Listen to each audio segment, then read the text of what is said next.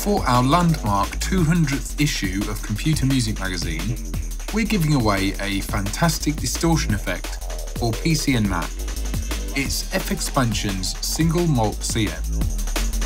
Based upon the commercial multiband distortion plugin Maul, SingleMault CM houses a distortion algorithm inspired by a germanium diode circuit, providing your sounds with thick and fuzzy drive. The plugin also houses an input-dependent saturation circuit. After the distortion, there's a multi-mode resonant filter that can be switched between low, band or high-pass modes. There's also an inbuilt limiter, an overall wet and dry mix, input and output gain dials for quick re-leveling, plus input and output meters, a high-definition mode for higher quality processing, and even a Midi Learn function, so you can tweak parameters live using MIDI CCs. So let's get stuck in.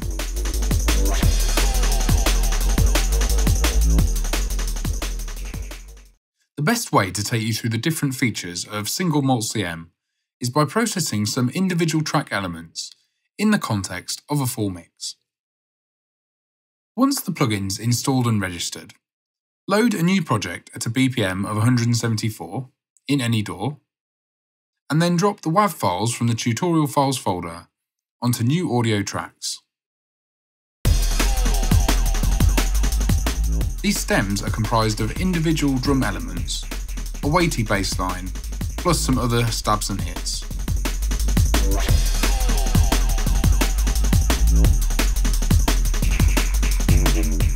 Let's load up a new instance of SingleMault CM as an insert over our snares track.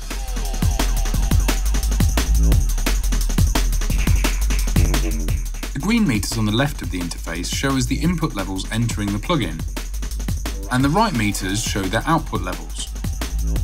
When they turn red, it means we're clipping. So watch your levels going into the plugin. Sitting next to the in-gain is the drive parameter. Slowly increase this to 72% and hear how this pushes our input signal into SingleMault CM's distortion algorithm.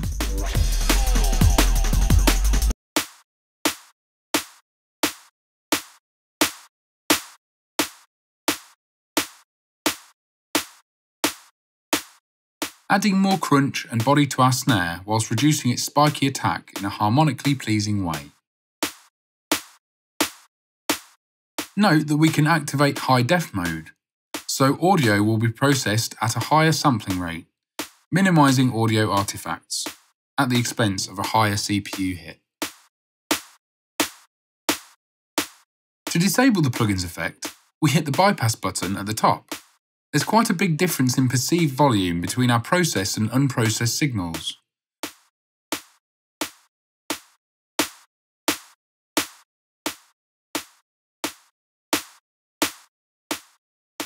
So if we turn down our outgain to roughly -10 dB, we can now turn the plugin on and off with the bypass button and hear how we've changed the sound without level differences influencing our decision making.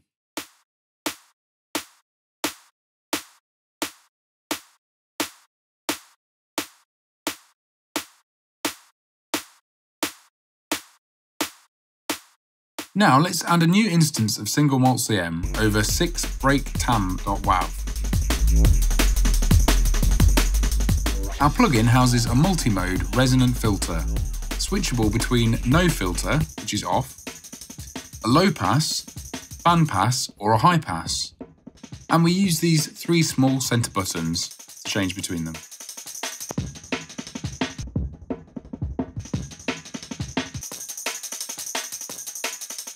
So let's set this to a high pass, and then we'll set the cutoff frequency to roughly 2200 Hz.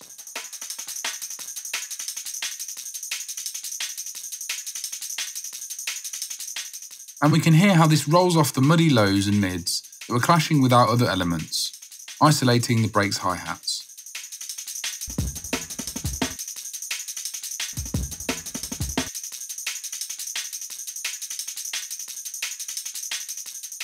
Now load up another instance of our plugin over 3hi-hat.wav's channel. This hi-hat is lost in the mix a bit, but we can increase its perceived loudness without using any extra headroom on our channel's output.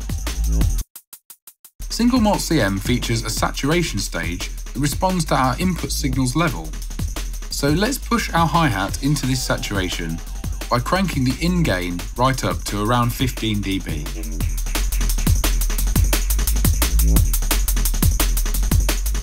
This saturation has flattened out our hi-hat a little too much, but we can remedy this by mixing our original unprocessed signal together with our saturated signal using the mix parameter.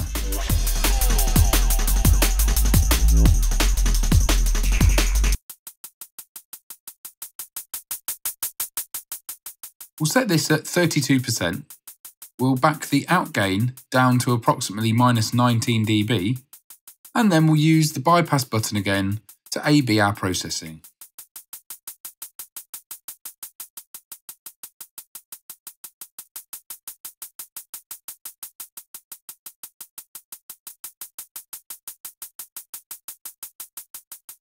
So notice how we've combined the original transient detail of our dry hi-hat with our newly squashed version sustain.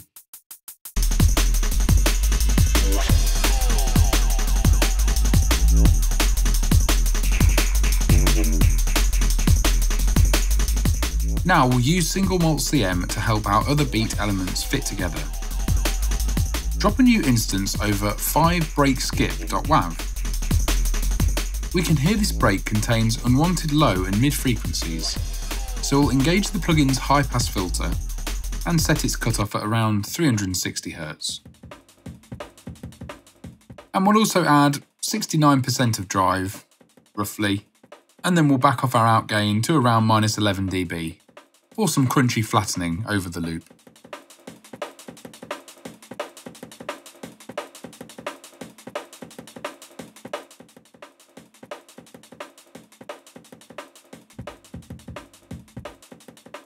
SingleMault CM's filter also features a resonance control, which can be used to increase the amount of emphasis around the cutoff frequency.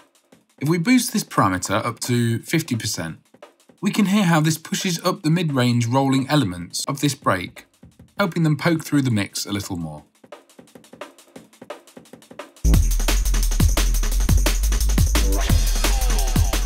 And to finish off our drum mix, we'll add a new plugin instance over 4breaklow.wav. We'll apply its high-pass filter with a cutoff of 480 Hz to again scoop out unwanted lows from the break.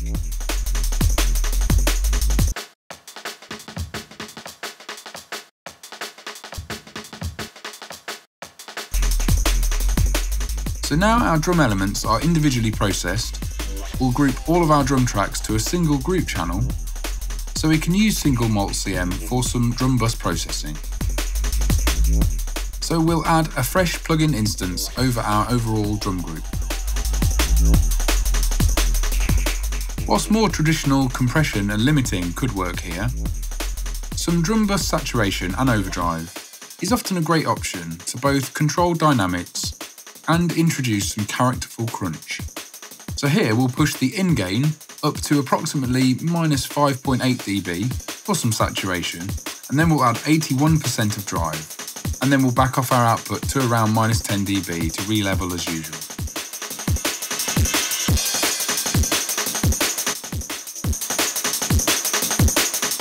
Now you might have noticed that we've now completely overcooked the distortion on our beats, but we're now going to bring our mix parameter back to 10%.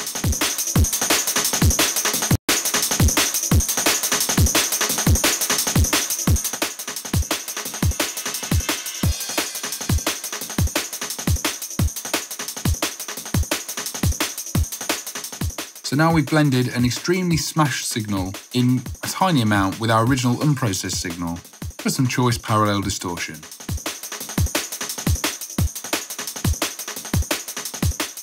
And for a final touch, we'll activate the low pass filter and set a cutoff of around 14,200 Hz. And we'll pull the resonance down to a minimum 0% for some slight overall dulling.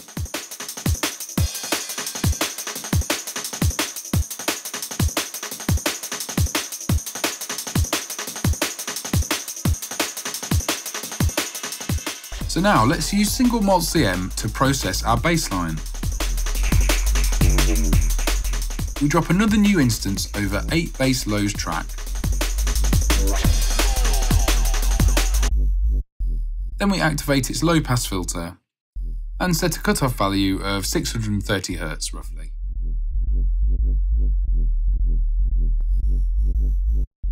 This removes the top end crunch we have in the bass, and we can now create a custom top layer that has more distorted character.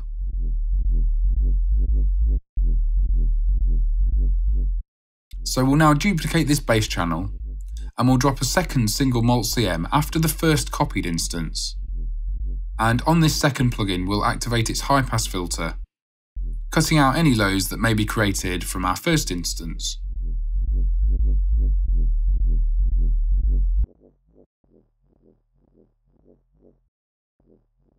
At the end of our plugin chain, we'll insert Reverberate CM. And we'll load its hallway ORTF01 ambience impulse to widen our top layer and give us some depth.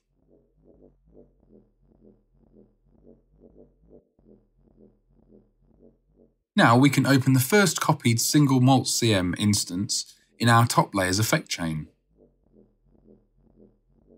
And we're going to experiment here with some different settings just to try and get a really crunchy and characterful sound. So we'll push the in gain up to distort and saturate our layer.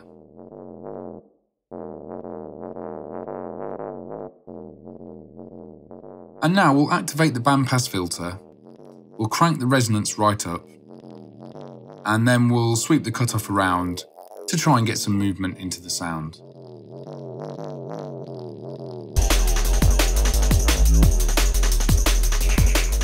So we're now filtering our distorted layer to get some character into our mid-range.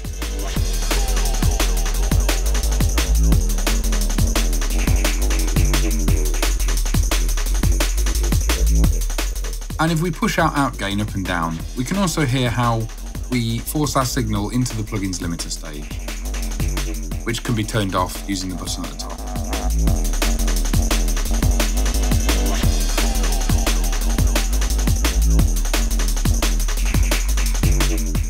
Finally, we'll use SingleMault CM's Midi Learn function for some live movement.